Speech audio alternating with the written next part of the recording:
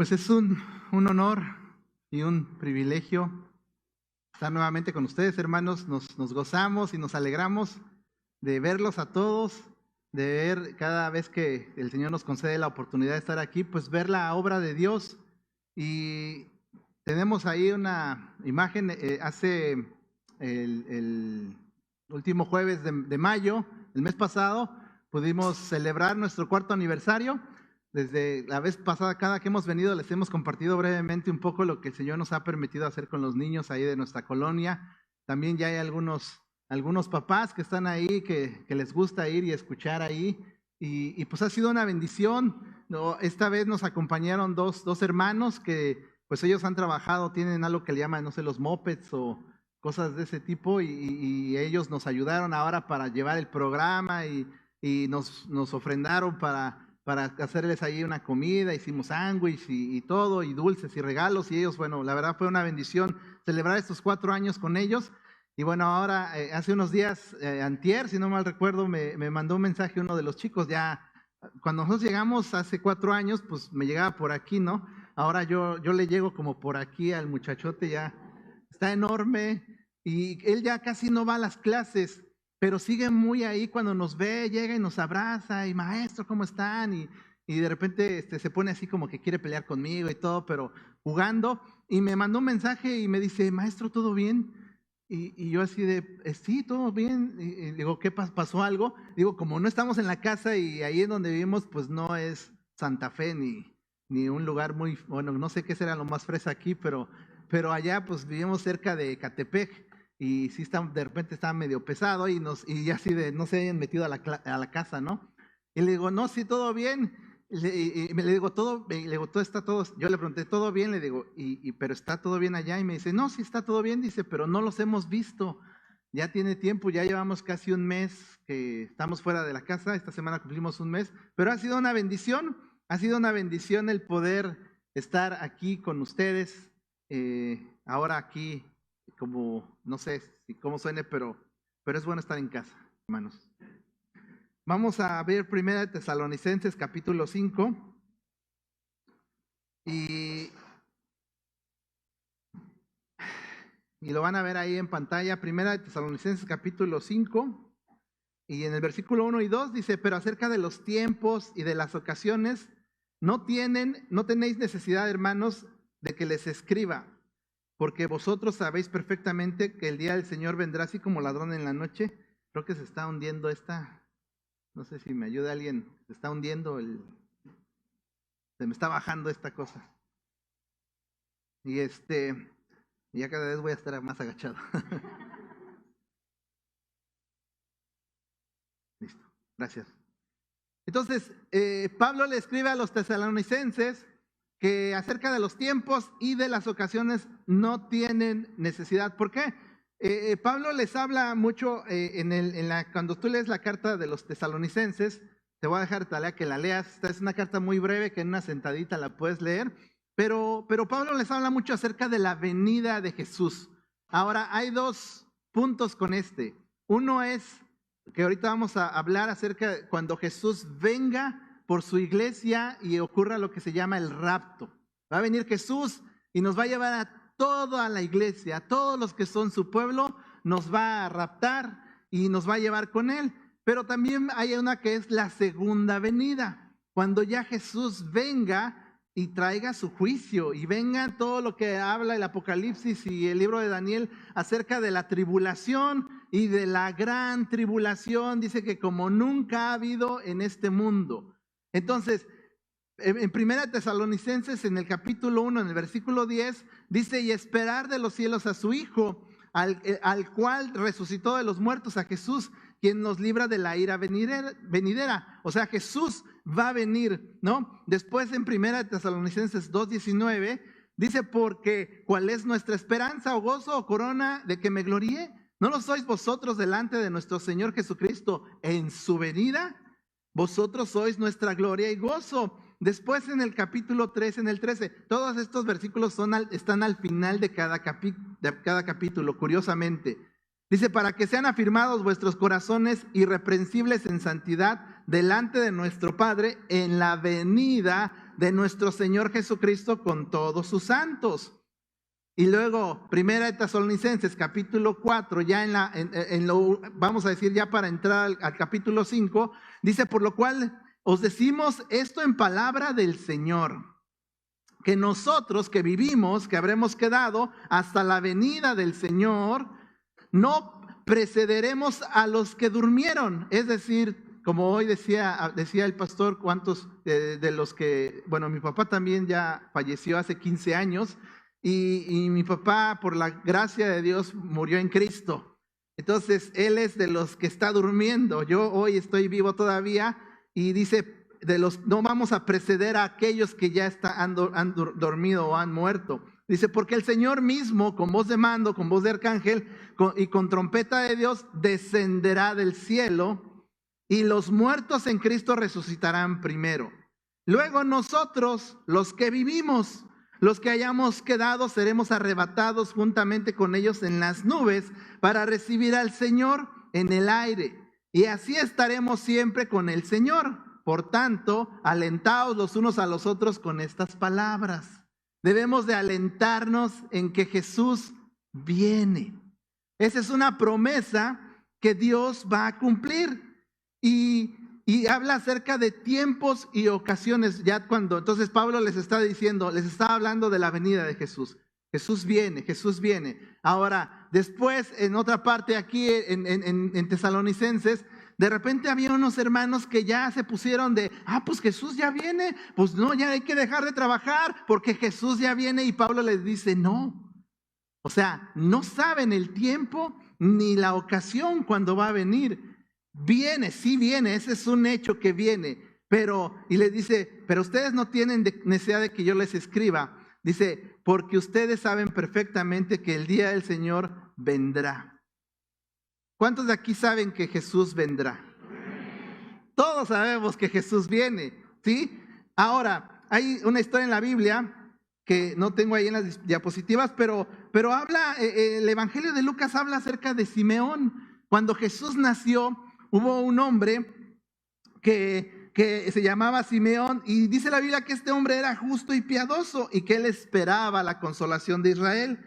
Y dice que el Espíritu Santo estaba sobre él y que le había sido revelado por el Espíritu Santo que no iba a ver la muerte antes de que viese al ungido del Señor. 400 años de silencio, 400 años en el cual no había palabra de Dios ni por profeta ni por nada. Y después de lo que vino a hacer la cautividad, el pueblo de Israel regresó a la tierra de Israel, a la tierra de Judá. Pero después de eso hubo un silencio en el que ya Dios no les habló, ya les había dado una palabra, ya Dios les había hablado a través de profetas y les había hablado del Mesías. Y este hombre estaba como nosotros ahora estamos, nada más que él estaba esperando la primer venida de Jesús. Nosotros ahora esperamos la segunda venida. Y como este hombre dice que estaba ahí, que el Espíritu Santo estaba sobre él y que le había revelado que no iba a haber la muerte antes de que viese al ungido del Señor. Ahora, a nosotros solo nos esperan dos cosas, hermano. O que Cristo venga y ahí sí vamos a volar como Superman. O que nos toque morir y esperar cuando Jesús venga y nos resucite primero. Y él dice que fue movido por el Espíritu Santo y fue al templo. Y cuando llegó al templo, ahí vio a Jesús y lo agarró, lo tomó y le dijo: Señor, ahora despides a tu siervo en paz conforme a tu palabra, porque han visto mis ojos tu salvación. Dios estaba mostrándole lo que es los tiempos y las sazones. Los tiempos, le estaba diciendo, vamos a hablar, como dice aquí, de tiempos y ocasiones. En la palabra tiempos aquí es la palabra cronos. Tiempos, como dice, tales cronos. Y el cronos dice que es el tiempo visto desde la perspectiva de una secuencia, una sucesión de momentos. O sea, el tiempo es una duración en el mundo físico-espacial según el reparto que Dios en su soberanía ha hecho a cada persona. O sea, nosotros vivimos en el cronos. Ahora estamos hoy es 19 de junio del año 2022, según el cronos o según el tiempo que ha marcado este mundo. Pero también habla de un kairos, y el kairos dice que es el tiempo visto como una oportunidad, es un tiempo oportuno. Significa el tiempo adecuado, el momento correcto. Jesús vino en el kairos de Dios. Y vino y se metió en el cronos de nuestro mundo. Simeón estaba esperando y el pueblo de Israel estaba esperando al Mesías. Estaban en ese cronos, venían tiempos y el tiempo y pasaban los años y los años y los años. Y de repente llega el kairos de Dios, el momento oportuno en el que vino y se manifestó ese Salvador. Ahora, Pablo le dice a los tesalonicenses que ellos no tienen necesidad de saber esto. Pero después dice que vamos a decir a la traducción según San René, ¿cómo quedaría? Dice, con respecto a la sucesión de momentos y al reparto que Dios en su soberanía ha hecho a cada persona, y el tiempo adecuado, y el momento correcto, y el momento propicio, no tienen necesidad, hermanos, de que les escriba. Y eso me recuerda cuando Jesús, ya en el Hechos capítulo 1, había reunido, dice en el versículo 6, que entonces los que se habían reunido le preguntaron a Jesús diciendo, Señor, ¿restaurarás el reino de Israel en este cronos, en este tiempo, en este momento? Y entonces Jesús les dijo, no les toca a ustedes. Ahora, ustedes es hoy también para nosotros esta palabra. No les toca a vosotros o a ustedes saber los cronos o los kairos que el Padre puso en su sola potestad. No nos toca a nosotros, hermanos, saber los tiempos. Es como si dijeran, no les toca a ustedes saber la sucesión de momentos y el reparto que Dios en su soberanía ha hecho a cada persona, y en el tiempo adecuado y el momento correcto, el momento preciso. No les toca a ustedes saberlos. Dice, lo que el Padre puso en su sola potestad. No nos toca a nosotros, hermanos. Ha habido una situación en la que ahora hay tanto falso profeta, tanto falso apóstol, tanta falsa doctrina, que de verdad es muy triste ver tanta cosa en el internet o ahí en las redes sociales que uno ve y a mí me da pena ajena ver tantas cosas. Pero es la iglesia. ¿Por qué? Porque están metidos en tantas situaciones que están olvidando lo más importante, que es la palabra de Dios. Están olvidando que Jesús dijo, tienen que escudriñar esta palabra, tienen que meterse en esta palabra y saber lo que está ahí, y saber lo que a ustedes les toca y saber lo que no les toca saber. Y una de las cosas que no nos toca saber, hermanos, como iglesia, es cuándo es la venida. No nos toca saber. Aunque hay muchos que han especulado, y por ahí hay una religión, ¿no?, de los testigos de Jehová, que ya han puesto, si no mal recuerdo, 3 fechas en la que decían que Jesús ya venía, y la última fue en el año 2000, y todos decían el año 2000 se va a acabar, y algunos preocupados porque no nos habíamos casado, y yo no me he casado, y ya se va a acabar el mundo, y todas esas cosas, y han especulado en esas cosas.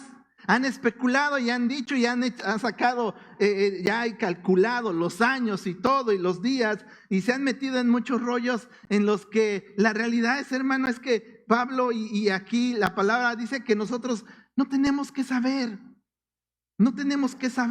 estas cosas.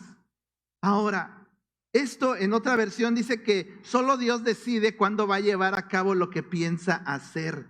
Solo Dios. Ahora, yendo a Hechos 1:8, continuando con el versículo que estábamos viendo, dice, bueno, voy a leer el anterior, dice, no les toca a ustedes saber los tiempos o las sazones que el Padre puso en su sola potestad, pero recibiréis poder cuando haya venido sobre vosotros el Espíritu Santo.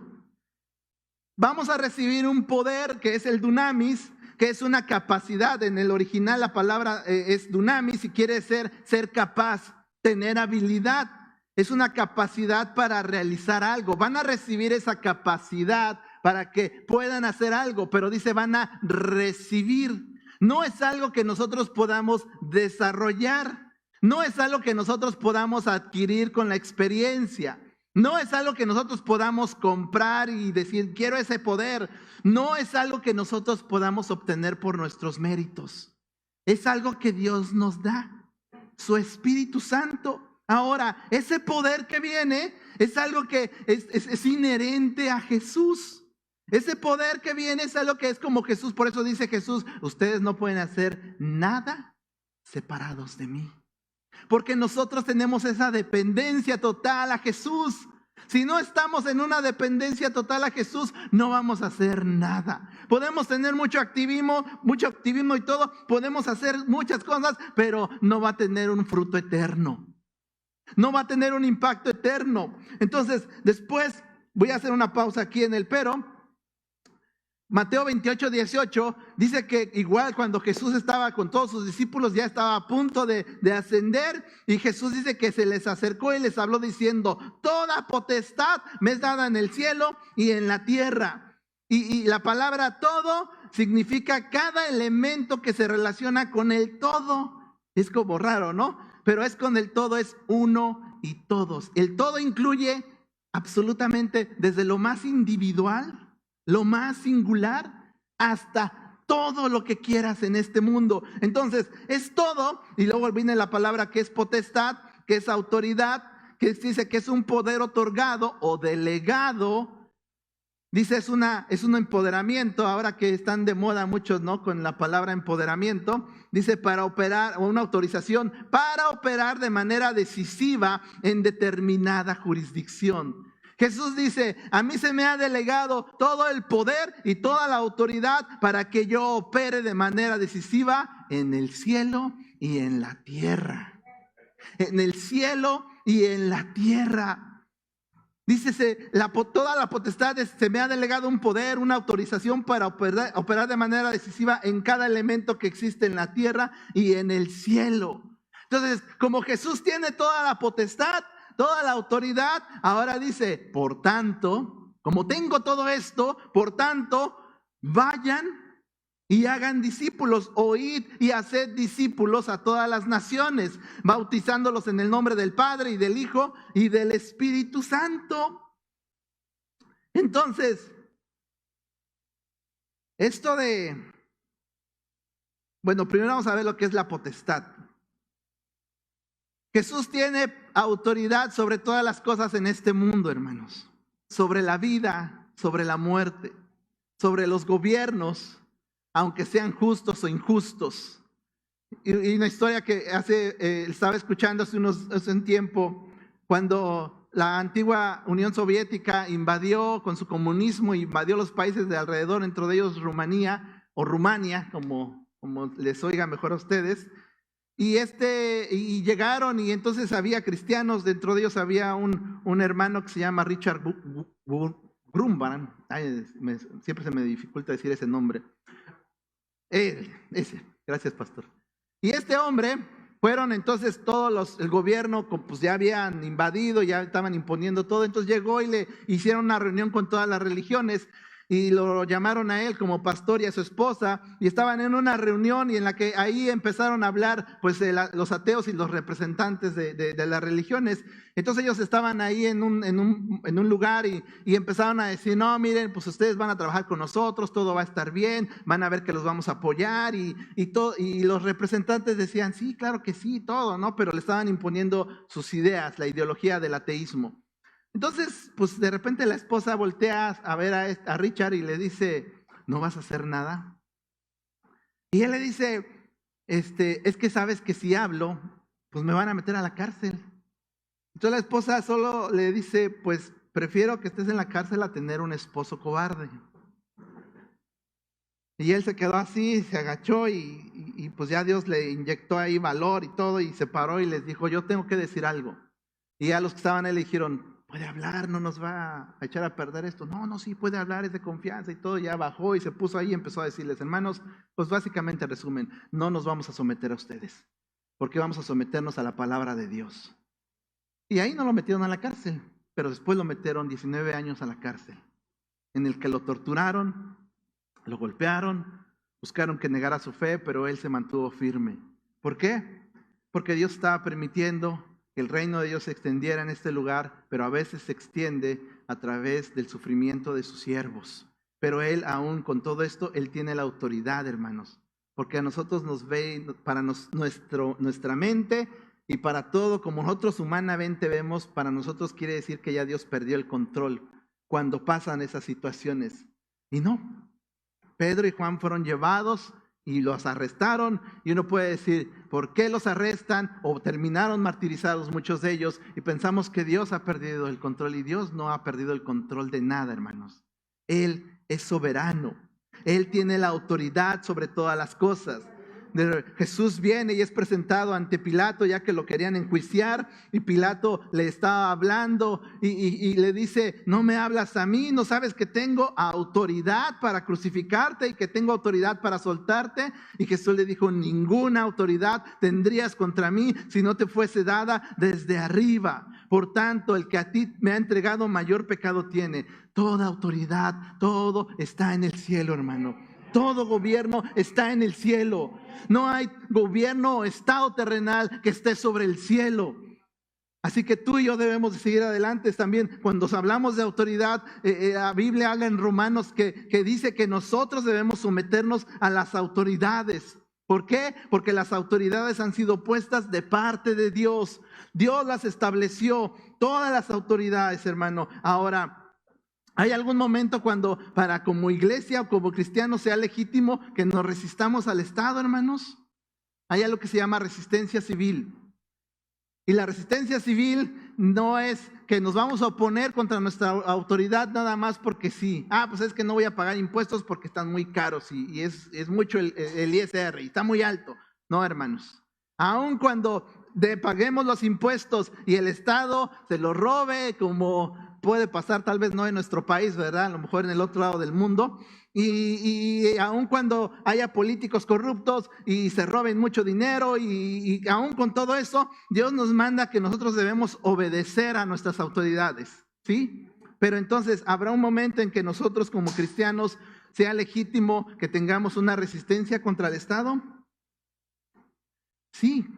A veces los gobernadores van a ordenarnos que hagamos algo que Dios nos prohíba, o van a prohibirnos hacer algo que Dios nos ordena. Y ahí es cuando debemos de resistir, porque Pedro y Juan fueron llevados al concilio. Les prohibimos que hablen en este nombre. Y Pedro dice, juzguen ustedes si es justo obedecer a Dios antes que a los hombres. Así que ellos obedecieron a Dios, les dijeron prohibido predicar el evangelio. Ahorita, hasta el día de hoy, gracias a Dios, tenemos libertad en este país, hermano. Tú puedes salir y puedes agarrar un altavoz, o te puedes ir a un parque, te puedes ir a un centro, a un zócalo, donde sea, y puedes predicar el evangelio. Y no hay, a lo mejor puede ser que en la Ciudad de México que vengan unos policías y que te pongan ahí como que una protección para que no vengan las feministas y te quieran golpear. Pero de ahí en fuera no pasa nada. Tenemos libertad en este país. Ahora, va a haber algún momento en el que va a pasar esto en este país, hermano. No sé cuándo, no sé los tiempos ni las sazones, pero va a haber un tiempo en el que en este país, tal vez en 20 años, tal vez en 50, tal vez en 100, no lo sé, pero eso ya lo están viviendo en muchos países, donde está prohibido predicar el evangelio, está prohibido la conversión de cristianos. Pero entonces, cuando venga esa situación, hermanos, pues nosotros podemos desobedecer al gobierno. Cuando nos obliguen a hacer algo que Dios prohíbe, o cuando nos prohíban hacer algo que Dios ordena.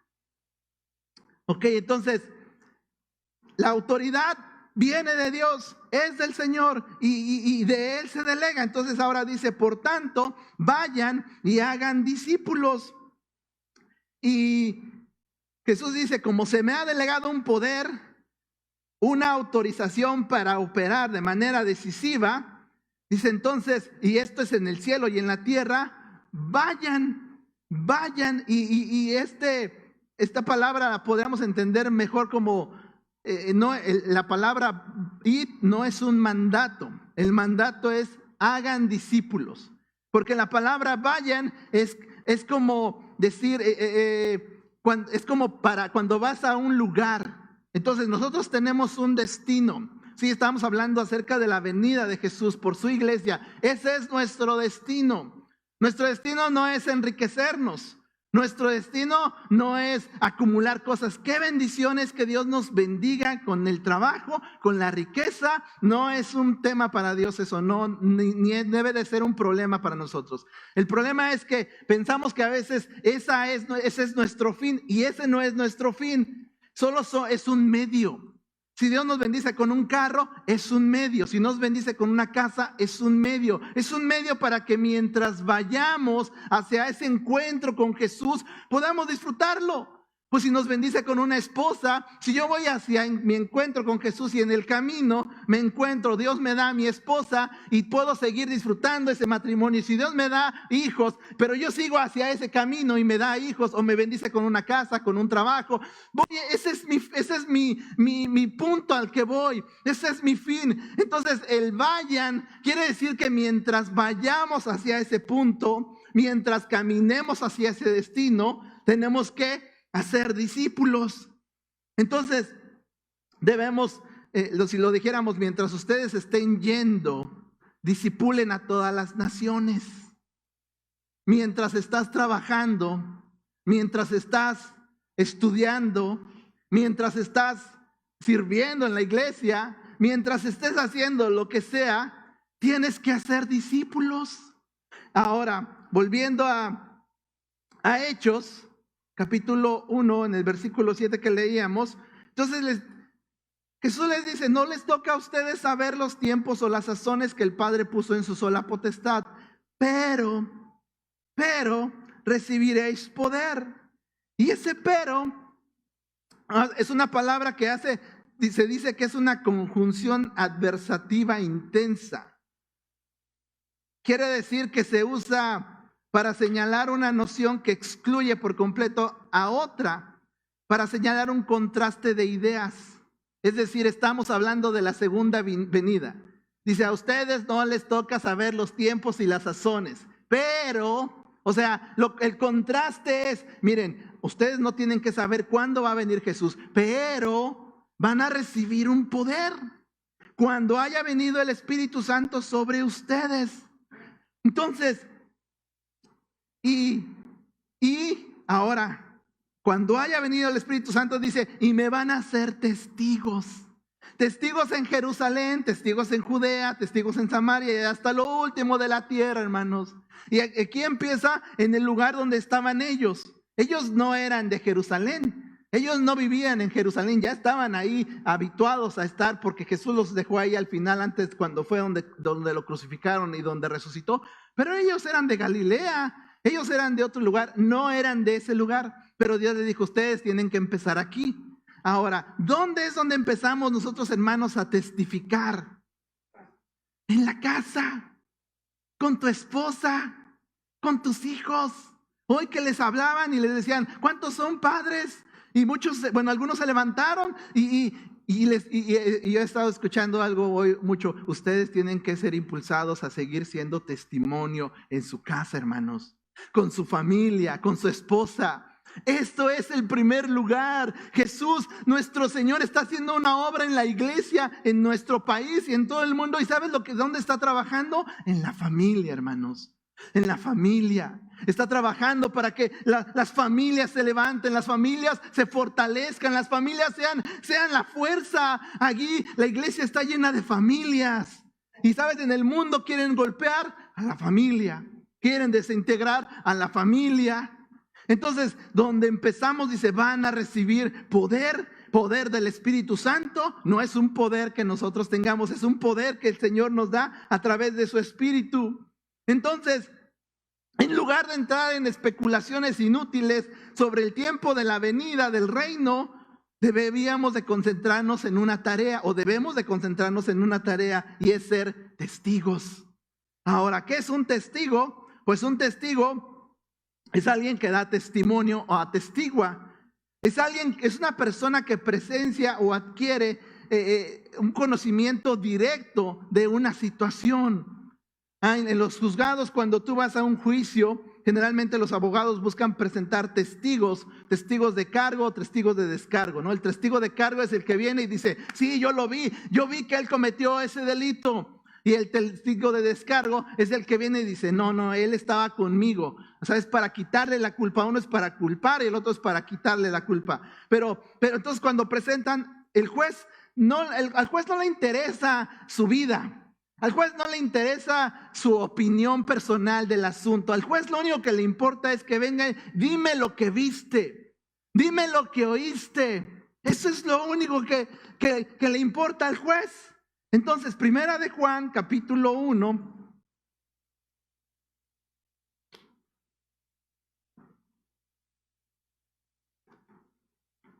Dice, lo que era desde el principio, lo que hemos oído, lo que hemos visto con nuestros ojos, lo que hemos contemplado y palparon nuestras manos tocante al verbo de vida, porque la vida fue manifestada y la hemos visto y testificamos y os anunciamos la vida eterna, la cual estaba con el Padre y se nos manifestó. Lo que hemos visto y oído, eso les anunciamos, para que también vosotros tengáis comunión con nosotros, y nuestra comunión verdaderamente es con el Padre y con su Hijo Jesús. Eso es lo que nosotros testificamos, lo que vemos y lo que oímos. Nuestro testimonio, hermanos. Bueno, aquí la pregunta no es si somos testigos. No somos testigos de Jehová, ¿eh? Somos testigos de Cristo. No, la pregunta no es si somos o no somos. Somos testigos de Cristo. La pregunta es cuán eficaz es nuestro testimonio. Cuán eficaz es nuestro testimonio. Porque en un juicio, vuelvo al punto, lo que va a hacer un abogado es que si es el abogado defensor y el fiscal presenta un testigo, lo que el abogado va a hacer es tumbar su testimonio. Va a hacer que ese testimonio no sea válido. Y va a hacer miles de cosas para que vean que lo que él dijo es mentira. Y contrario, si el abogado presenta un testigo, el fiscal lo que va a hacer es que su testimonio no sea eficaz. Entonces ahora nuestro testimonio, dice Juan, que lo que hemos oído, lo que hemos visto, lo que hemos contemplado, lo que palpamos, dice, eso es lo que testificamos. Y eso es lo que tú y yo estamos llamados a testificar. ¿Alguien de aquí ha visto a Jesús? ¿Alguien lo ha oído? ¿Alguien lo ha palpado? Yo creo que sí. Todos ustedes han visto a Jesús. Hubo una historia de un misionero que se fue a un lugar remoto a predicar el evangelio, pero no sabía la lengua ni nada. Y cuando llegó, pues se le complicó mucho. No podía aprender la lengua y estaba ahí y estuvo unos años y estaba viviendo entre ellos y pues no podía predicar y porque no sabía la lengua. Entonces la agencia le dijo, ¿sabes qué? Mira, pues mejor te vamos a mandar a otro lugar para que las cosas fluyan mejor. Y él dijo, está bien, se fue a otro lugar y después mandaron un matrimonio. Y cuando llegó el matrimonio, pues estos fluyeron, aprendieron la lengua muy rápido y todo. Y ya cuando aprendieron la lengua, pues empezaron a predicarles. Y ya cuando les empezaron a predicar acerca de Jesús, la gente dijo, conocemos a Jesús. ¿Cómo que conocen a Jesús? Vivió entre nosotros antes de que ustedes llegaran. Estaba hablando del testimonio del hermano que no aprendió la lengua, pero les testificó. Y tú, cuando hay alguien que está aquí, porque tú le testificaste de Jesús. Y tú estás hablando de Jesús. Ahora, ¿cómo es que llegó el testimonio a nosotros? Pues ha llegado a través de la palabra de Dios y ha llegado a través del testimonio de nuestros padres, de nuestros abuelos, de un pastor, de un amigo, de un vecino que vino y que nosotros lo vimos.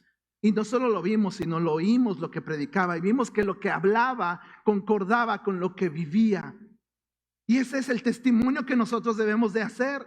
Dice en el versículo 5, este es el mensaje que hemos oído de él y os anunciamos, Dios es luz y no hay ningunas tinieblas en él. Si decimos que tenemos comunión con él y andamos en tinieblas, mentimos y no practicamos la verdad. Y afuera en el mundo están pidiendo a gritos testimonio, aunque no nos digan, hermanos, aunque nos molesten. Cuando terminó el servicio acercó una hermana y yo estaba hablando un poco acerca de que es mejor. No necesariamente tenemos que ganar un debate, porque a veces llegamos a una discusión y tenemos que predicar el evangelio, pero cuando venga alguien y podemos debatir y todo, pero ya cuando las cosas ya llegan a un punto en el que Pablo dice que es mejor no entrar en discusiones necias. Porque el punto es que la gente, aun cuando ya conoce la verdad, no quiere la verdad. ¿Por qué? Por una cuestión de voluntad. Entonces, le decía a la hermana, mire, aquí nosotros, Dios nos ha llamado a testificar, no a ganar discusiones. Entonces podemos testificar y vamos a ver otro versículo en el que dice Pedro que tenemos que estar preparados para presentar una buena defensa. Y debemos estar preparados, hermanos. Pero lo que más va a hablar en nuestra vida no es nuestras palabras, es nuestro testimonio. Por eso Apocalipsis dice que lo que ha vencido es el testimonio, su testimonio que han tenido y que han vivido por la sangre del Cordero. Perdón, ya me estoy quedando sin voz. Dice, pero si andamos en luz como Él está en luz, dice, tenemos comunión unos con otros y la sangre de Jesucristo, su Hijo, nos limpia de todo pecado. Si decimos que no tenemos pecado, nos engañamos a nosotros mismos y la verdad no está en nosotros.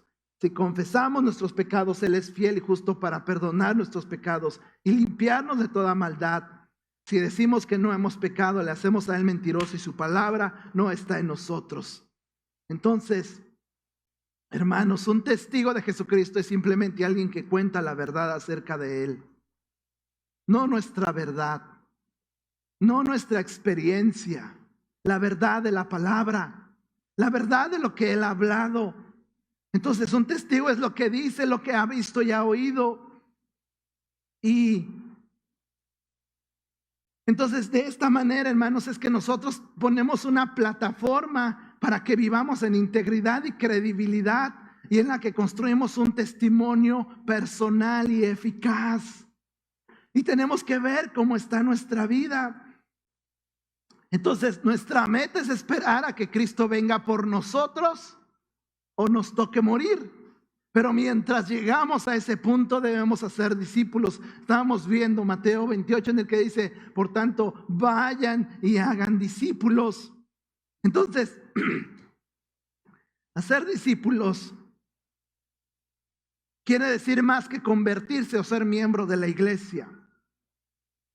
Discípulo es un aprendiz, o la palabra para mejor definir a un discípulo sería un aprendiz. A mí me gusta ver algunas caras nuevas de algunos hermanos y hermanas que están aquí sirviendo y yo sigo viendo a los demás, pero veo a nuevos que les han como delegado y siguen trabajando y en algún momento están ahí con la cámara, por ejemplo, ¿no? Y yo recuerdo alguna vez que vi que había una hermana con la cámara y alguien más que le estaba siguiendo y estaba enseñándole. Un discípulo es alguien que se apegaba a su maestro. Y no solo se apegaba a él, sino se identificaba con él, aprendía de él y vivía con él. Aprendía no solo escuchando, sino también haciendo. Entonces el discípulo es el que Dios nos está llamando a nosotros a ser discípulos, para que alguien venga y se pegue contigo y te vea. Y tú le enseñes no solo con palabras, sino con tu vida, con tu testimonio. Entonces, Pablo un día dijo, imítenme a mí, como yo imito a Cristo. Entonces, hacer discípulos es ayudar a alguien a aprender progresivamente la palabra de Dios para convertirse en un discípulo. Entonces, ese aprendiz, ustedes tienen influencia, hermanos. Y los que se pararon hoy como padres y como madres también, que no se pararon, pero que están aquí, ustedes su primera influencia son sus hijos. Y ellos los ven. Y ellos los van a imitar en muchas cosas. Y ustedes tienen un peso importante en sus vidas.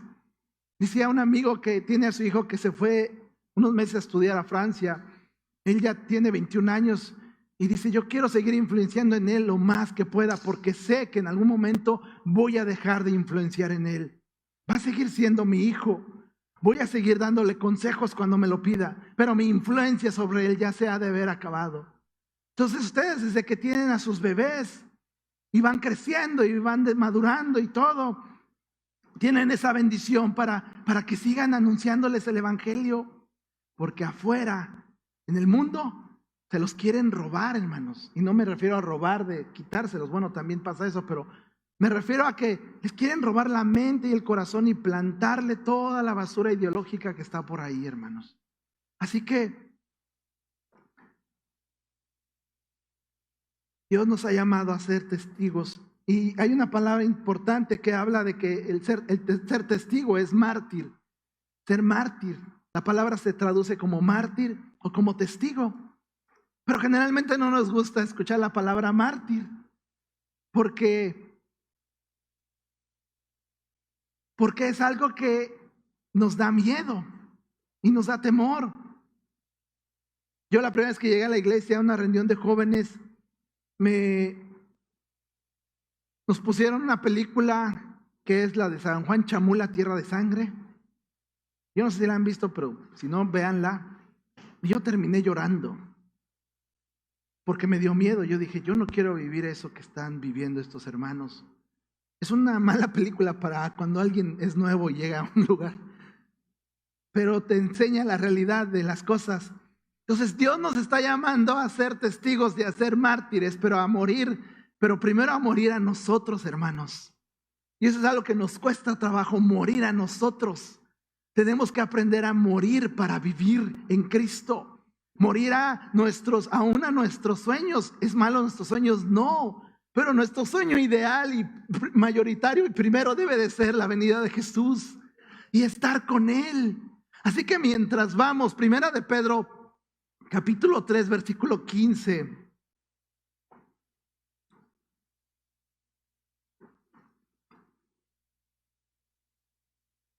Dice, santificad a Dios el Señor en vuestros corazones y estad siempre preparados para presentar defensa con mansedumbre y reverencia ante todo el que os demande razón de la esperanza que hay en vosotros. Santificad a Dios en vuestros corazones. La Biblia dice que seamos santos como Él es santo. Pero qué difícil es ser santo, hermanos. Cuando no hemos rendido nuestro orgullo, cuando no hemos rendido nuestros deseos, nuestra carne al Señor. Por eso el Señor dice, van a recibir un poder. Va a venir el Espíritu Santo sobre ustedes, porque Él sabe que no podemos en nuestra fuerza, ni en nuestra habilidad, ni en nuestra inteligencia, ni nada. Dice, pero van a recibir este poder para que ustedes me sean testigos. Yo los voy a capacitar, yo los voy a llenar de la habilidad que necesitan para que vayan y hagan discípulos. Y mientras vayan, testifiquen. Si estás en tu trabajo, testifica. Si estás en la escuela, testifica. Si estás llamado a la obra del Señor de tiempo completo, testifica. Pero no es en nuestra fuerza, hermano. Y quiero terminar con una historia que a mí me ha impactado mucho. Hubo un hermano hace unos años, igual en esta antigua ex Unión Soviética, y era un padre de familia como muchos de ustedes lo son, pero ya había una imposición del ateísmo desde la escuela y todo. Entonces este hombre decía, yo quiero que mis hijos crezcan conociendo a Dios. Y él los agarró un día y le dijo a su esposa, necesito enseñarles la palabra a mis hijos. Mi esposa dijo, sí. Entonces los sentaba ahí en su mesa, en su casa, y les empezaba a leer la Biblia, así. No era ni pastor, ni teólogo, nada, hermanos. Entonces de repente algunos vecinos empezaron a oír que ya estaban ahí enseñando la palabra y llegaron. Dijimos, oye, queremos que nos enseñes la palabra. Y él dijo, pero yo no soy pastor. No importa, queremos oír la palabra de Dios. Dijo, pues sí, no lo soy, pero bueno, está bien. Y de repente llegaron a ser como 70 personas ahí. Y un día llegaron y tocaron la puerta. Y abrieron, y era la policía. Y llegó y lo agarraron y se lo llevaron a la cárcel.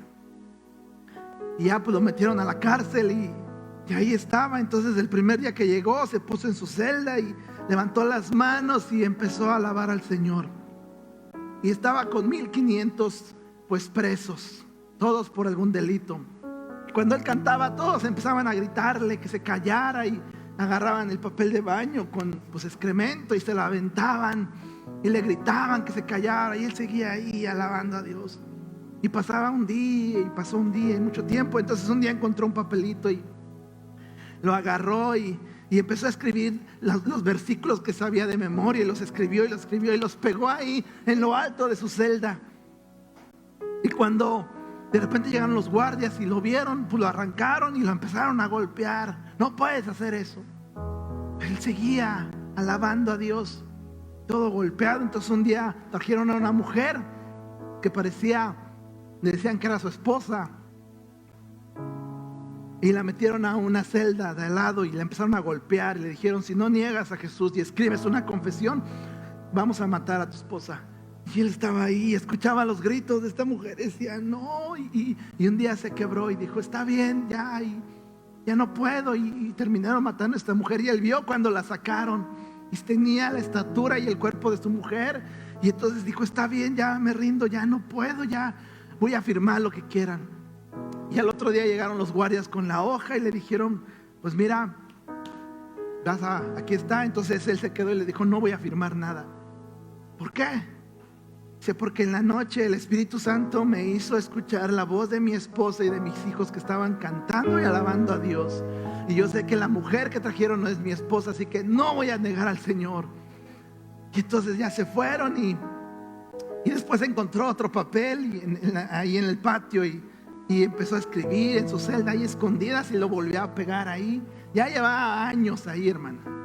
Y entonces llegaron los guardias y dijeron: ahora sí te vamos a matar. Y lo agarraron, quebraron esto y lo sacaron, lo golpearon. Y cuando le iban sacando, empezaron a oír un canto. 1500 presos cantando al Señor Jesús. Y los guardias se quedaron así de: pues ¿quién eres tú? Pues soy un hijo de Dios. Soy un hijo de Dios. Y después lo liberaron al hermano y él siguió predicando y testificando. Testimonio veraz, hermanos. Entonces no es si eres testigo, no, eres testigo. Aquí el punto es: qué tan eficaz es tu testimonio. Entonces, si hay cosas en tu vida que sabes que están incorrectas, es tiempo de que se las entregues a Dios. Si hay cosas con las que estás batallando en tu vida y sabes que no están bien, porque sabemos, hermanos, sabemos cuando estamos haciendo algo que no le agrada al Señor, es tiempo de entregárselo. Si hay cosas con las que estás luchando y batallando y diciendo: tengo problemas con esto, es tiempo de que digas: Señor, aquí está, tómalo, Padre, ayúdame porque yo no puedo. Quiero pedirte que te pongas sobre tus pies y solo para terminar orando. Y tú lo sabes, hermano, lo que hay en tu corazón. Yo no lo sé. Yo no conozco tu corazón, pero Dios sí. Así que, hermano, hay una meta que nos está esperando. Y esa meta es la venida de Jesús. Él ya viene cuando no sé, pero va a llegar un día. Y nos está llamando a que mientras vamos a esa meta, mientras esperamos que Él venga, hagamos discípulos. Discipulemos, testifiquemos, hermanos. Eso es lo que Dios les ha estado hablando estos meses. Han oído testimonios de hermanos que han venido y es algo a lo que Dios nos está llamando: ser testigos, hermanos.